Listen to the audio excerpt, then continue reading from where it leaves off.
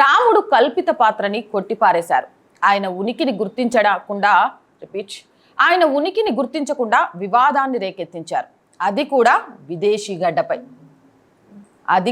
విదేశీ గడ్డపై శ్రీరాముడి ఉనికిని సంబంధించి ప్రశ్నార్థకంగా కొట్టిపారేసినట్టు మాట్లాడారు.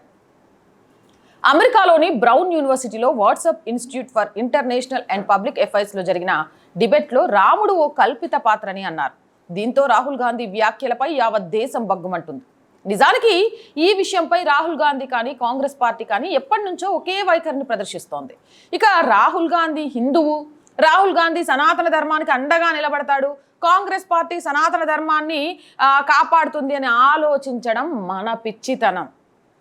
ఎందుకంటే 2007లోనే కాంగ్రెస్ పార్టీ అధికారికంగా తన వైఖరిని వెల్లడించింది. రామ మందిరం కేసులో సుప్రీంకోర్టుకి నాటి UPA 1 ప్రభుత్వం రాముడి ఉనికిపైనే అఫిడవిట్ దాఖలు చేసింది. రాముడు ఉన్నాడన్న దానికి ఎటువంటి ఆధారాలు లేవని తేల్చి చెప్పింది. అవన్నీ పురాణాలు, అంటే కల్పిత గాథలే అని, నిజమైన ఉనికికి ఎటువంటి ఆధారము లేదని చెప్పింది.